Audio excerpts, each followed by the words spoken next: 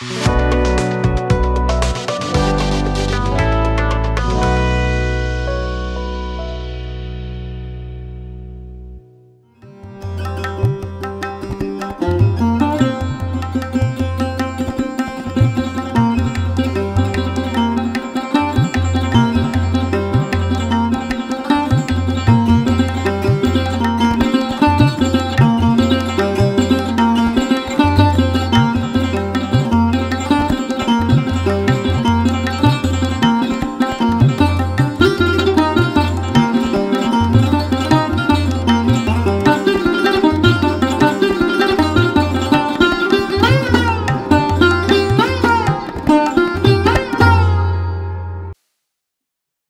जीशु ख्रीष्ट अति बहुमूल्य नाम संपर्क इंडिया द्वारा प्रस्तुत कार्यक्रम नुआ सकाल आशार आज अध्याय मुझे स्वागत जनाए। प्रभु आपण प्रत्येक को बाहुल्य रूप आशीर्वाद करूँ।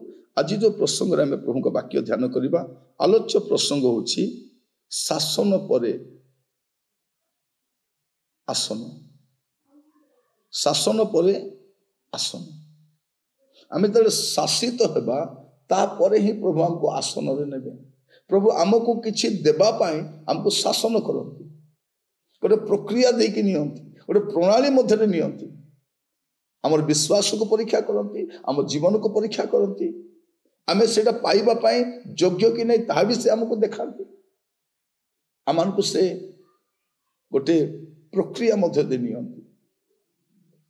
प्रिय भाई भणी माने शासन परे ही आसन बा आसन पाई शासन प्रभु आम को अनुग्रह कर। देखो बाइबल कौन कौन हितोपदेश 3 पर्व 11 पद हे मोर पुत्र सदा प्रभु को अनुजोग तुच्छ कर नहीं और ताहांको शासन रे क्लांत हुओ नहीं। कौन लेखा अच्छे क्लांत हुओ नहीं। हे मोर पुत्र सदा प्रभु को अनुजोग तुच्छ कर नहीं। प्रभु बेले बेले आमको अनुजोग करती प्रभु आमको शासन करती आम क्लांत हेबा नहीं। प्रिय भाई बहन हमने क्लांत होगा ना बेले बेले आम जीवन में गुड़े कष्ट समस्या आसे आम बुझीपार न तो प्रभु कहीं प्रभु आपण को उत्तम विषय देवा पूर्व आमको सेया करती आमको शिखाती आम जीवन को संशोधन कराती मार्जित होगापी दियंती तापर से आमको से विषयटा दियंती। जदि आप बिना प्रस्तुति पाईगले से तार मूल्य भी बुझीपारे संघर्ष पर जहाँ मिले अनेक प्रभु दास मान को देखिए से जीवन अनेक संघर्ष गाथा रही अनेक कष्ट दे जाइछंती आज भलरे अछंती आज चलनीय स्थिति रे अछंती किंतु से अतीत रे कष्ट दे जाइछंती अभाव मध्य विश्वस्त होइछंती समस्त विषय संजत होइछंती आज से पैसा क्षेत्र में विश्वस्त अटंती। आप देखिए जो हठात पाई जाती अविश्वस्त हो जाती परवर्ती समय भूल कर बसंती तो जो माने कष्ट संघर्ष दे जाइछंती परवर्ती समय से माने विश्वस्त होइछंती। प्रभु आमान को अनुग्रह करंतु। प्रभु आमान को जदि किछि देबा पई चाहउछंती हमको से कोन करबा पई चाहउछंती हमको शासन करबा पई चाहउछंती से आसन देबा पई समय आसुछि हमें प्रभु को राज्य रे गुडे विषय पाइबा प्रभु को सहित भी से राजत्व करबा किंतु एबे से आमान को शासन करिके नेउछंती से शासन को कोन करबा हमें ग्रहण करिके जिबा।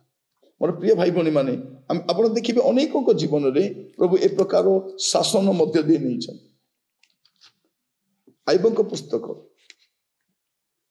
तर 5 पर्व 17 पद देखो परमेश्वर जाको शासन करती से मनुष्य धन्य ये तो तुम्हें सर्वशक्तिमान को शास्ति तुच्छ न कर। माने जो शासन करुछथि कोन पाई धन्य पाई धन्य माने आशीर्वाद पाई माने ता शासन रो उद्देश्य होची आशीर्वाद माने आपण को शासन कला परे से आशीर्वाद दे केडे बड़ योजना भाबी देखो आमे शासन रे क्लांत हो जाउछु शासन रे भांगी पडुछु व्यतिव्यस्त होछु प्रभु काहे के मो प्रति एटा करूछथि आपण से लेखा रहउछि देखो परमेश्वर जहा को शासन करंती से मनुष्य धन्य माने से आशीर्वाद पाई गला से प्रभु जाको बाछी जदि शासन पाए से आशीर्वाद पाई गला ए तो तुम्हें सर्वशक्तिमान को शास्ति तुच्छ न कर। मोर प्रिय भाई भणी माने प्रभु आमान को अनुग्रह करंतु आज वाक्य सुनिबा समय आमे प्रार्थना करिबा प्रभु आपण मते जो परिस्थिति मान दे नउछंती तारी मध्य रे प्रभु जेपरि मु स्थिर रही पारिबी बेले बेले कष्ट लागे से प्रोसेसटा ही कष्ट लगे किंतु से प्रोसेस दे गले आपण शांति पाई परिबे, आशीर्वाद पाई परिबे। गीत संहिता 94 तार 13 पद, तुम्हें जहाँ को शासन करो और तुम व्यवस्था शिक्षा दियो से लोक धन्य। प्रभु जो शासन करती व्यवस्था को सिखाती, विधि को सिखाती, उद्देश्य को सिखाती, वाक्य को सिखाती, और से लोक भी धन्य, से लोक भी आशीर्वाद प्राप्त लोक। माने शासन पर तो आसन अच्छी, शासन पर तो आशीर्वाद अच्छी, शासन पर तो मंगल अच्छी, शासन पर तो उन्नति अच्छी। तेणु आप कौन करेंगे शासित है बेलू व्यतिव्यस्त हे ना। प्रभु आपको अनुग्रह करंतु या बुझीबा। आज प्रभु आपण को जो प्रणाली दे नौ, जो माध्यम दे नौ, जो परिस्थिति रखिंट, आप जमार विचलित हूँ ना। प्रभु आपण सहित अच्छा आउ से आपन को आशीर्वाद कर कढ़े ने। मोर प्रिय भाई भौणी माने प्रभु नाम महिमा आदर गौरव जुगे जुगे हो। प्रार्थना करने जा चक्षु बंद करवा।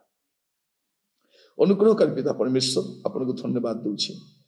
प्रभु आमान को जीवन में गुड़े परिस्थिति गति करुछ, तारी मध्य बुझी पारु ना हो प्रभु कहीं आपन ए प्रकार परिस्थिति नौ बुझापी साहाय्य करो, आमान को दया करो प्रभु। जपरी विश्वस्त भाव में आपन शासन सहभागी हो आशीर्वाद प्राप्त हो पारू दया करो। आदर महिमा आपन को दे प्रार्थना मोर प्राणर प्रिय यीशु को नाम मांगिली, आमेन।